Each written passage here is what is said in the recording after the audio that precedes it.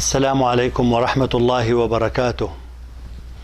سلام عليكم في الداخل السوري المحاصر، وسلام عليكم في المناطق المحررة، وسلام على الثوار في الخنادق، وسلام على الشباب الصابر المصابر في كل الساحات. سلام على السوريين في أماكن اللجوء حيث ينتظرون الفرج من الله سبحانه وتعالى والنصر المبين. سلام عليكم جميعا إخوتي وأخواتي. ظروف اللجوء الصعبة تضطر الناس إلى أمور لم تضطرهم إليها الأحوال العادية، ووصيتي ورسالتي أن حافظوا على أسركم، حافظوا على دينكم، حافظوا على أخلاقكم. حاولوا أن تعلموا أبناءكم في مدرسة نهارية، في مدرسة ليلية، في دروس خاصة، في دروس على النت، في أي شيء. المهم ألا نضيع هذا الجيل فيخرج لدينا جيل أمي أو شبه أمي.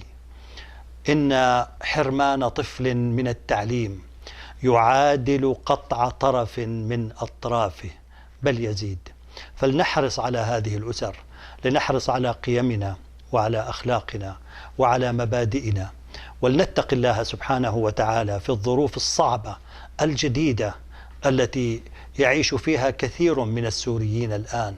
لنحافظ على شبابنا، لنحاول أن نعمل أي شيء لنصرة الثورة. الدعاء والإعلام والتظاهر والاهتمام بالثورة ونقل أخبار الثورة وتشجيع الثوار، كل هذه الأشياء وأشياء كثيرة جدا يستطيع إخواننا في أماكن اللجوء القيام بها. لا يمكن أن نستسلم للحالة الراهنة، ولا يمكن أبدا لأبنائنا وبناتنا أن يعيشوا في المخيمات إلى ما لا نهاية. لا بد أن نتضافر من أجل نجاح الثورة ومن أجل الخلاص من الحالة البائسة التي أوجدها النظام السوري المجرم. وإلى أن ألقاكم في لقطة سريعة قادمة ورسالة قادمة، أستودعكم الله، والسلام عليكم ورحمة الله وبركاته.